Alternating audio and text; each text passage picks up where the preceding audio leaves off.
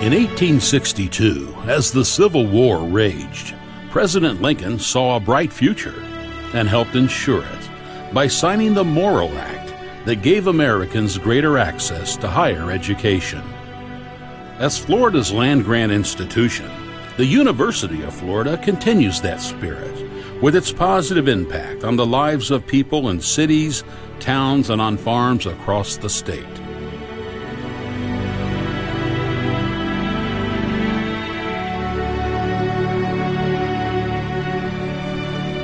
UF salutes 150 years of the land-grant system with its ongoing commitment to improve the way people experience their lives.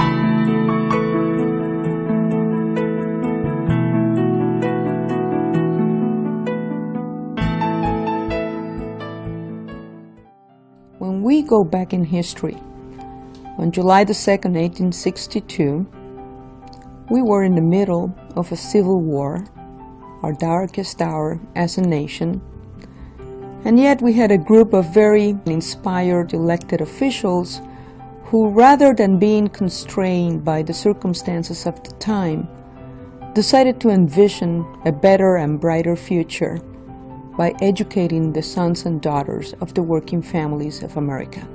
There were three very important congressional acts: the Railroad Act, the Homestead Act, and the Morrill Act.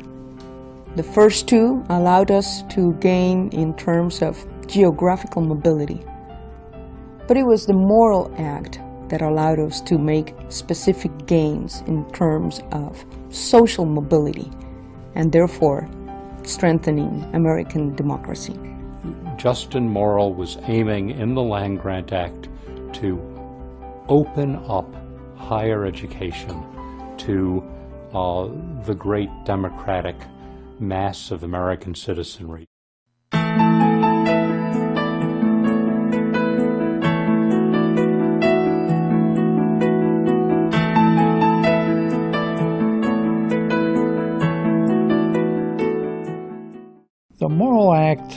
was the first GI Bill.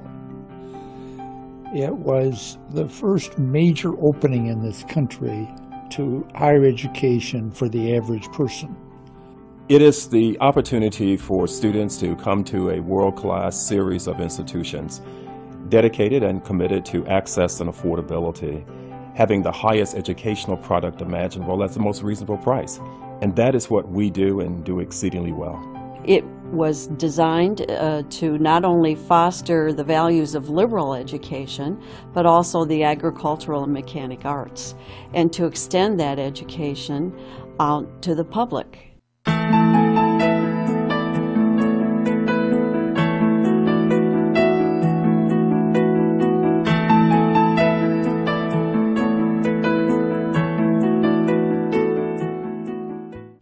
Kentucky State University had a 16-year-old student this summer who won the National 4-H Award.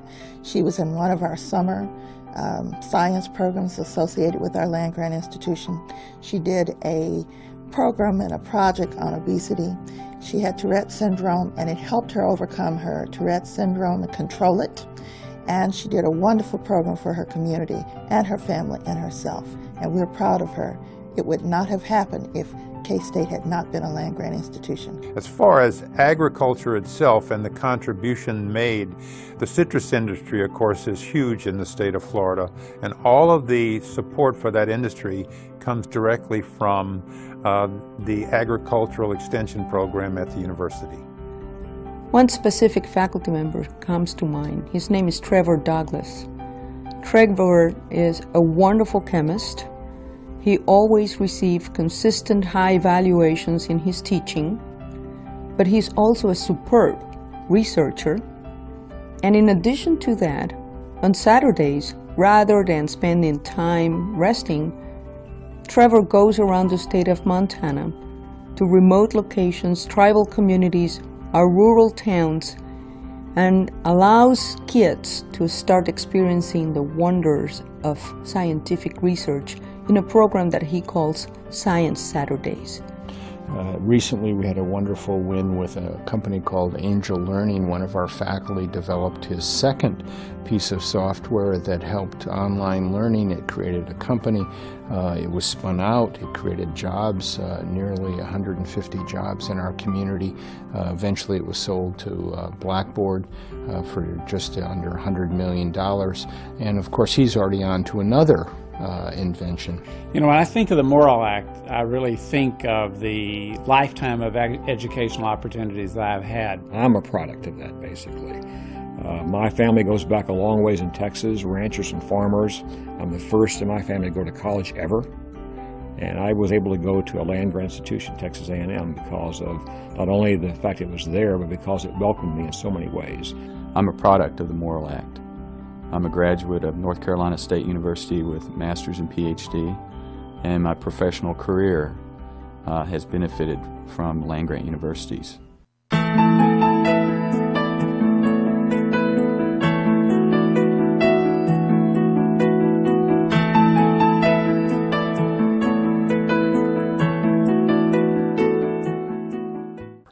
The Morrill Act is very important to the University of Florida, and I think to higher education today. As the other universities in our country begin to develop and evolve, there is an attempt by some legislative bodies to make it one size fits all and to make us all the same. In that process, they are forgetting the unique mission that the land-grant institutions have. We are statewide. We're in every county in the state of Florida. We give education and research support to all the citizens of our state. Today, it has an impact through a number of ways. The Morrill Act has actually been able to do much more than we probably first thought it could back in the 1800s. We not only have great programming in terms of education and research, but also great extension now. The outreach we have in Texas is extraordinary. Every single county in the state, 254 counties, have a piece of us there. Well, I think without the Morrill Act, we would have really an elite educated population in the United States. We would not have the level of innovation and creativity that I think that have been stimulated through public higher education that has really helped advance our nation in significant ways. How much would have occurred without the Morrill Act? I'm not sure. I don't think it would have been done the same way. I don't think we would be the envy of the world when it comes to discovery, learning, and engagement.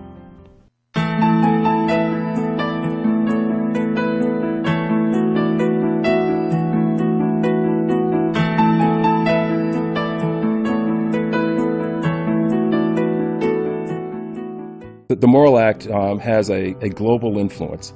It begins locally and it extends nationally, and then it has international focus associated with our work. As we look to the future with a world that is getting smaller and smaller and more complex in interrelationships, the Morrill Act can be played out on that international sphere in major ways, in generating knowledge, in disseminating it, and bringing those experiences together. The future of public universities in the United States is absolutely essential to American competitiveness. If you look at our contributions in competitive research dollars and the discoveries that have come out of public universities and their impact every day on the quality of life for Americans and our competitiveness in a global economy, I think it's huge. The well-being of the nation depends upon the viability of public higher education and its being accessible and affordable to the people of the nation.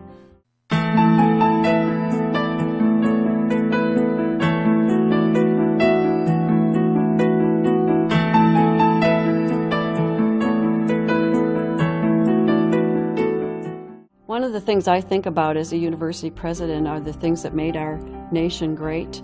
And it was great investment in public institutions. But I think the greatest investment was the investment made with the Morrill Act, which created the opportunity for public research universities and basically catapulted the American university system to the best in the world. The concept of higher education from people from average family incomes is more relevant generation by generation. And I think we're entering an era when virtually everybody is going to have some kind of advanced technical or broad education. The Land-Grant Act has been a significant contributor to the equality opportunity of this country. It would be an understatement to say that the Morrill Act did not have a significant influence on this nation as a whole. Regardless of class or race, everybody has an opportunity to have access to success in this country. And land-grant institutions have done that more than anybody else, any institution in this nation. Happy 150th anniversary.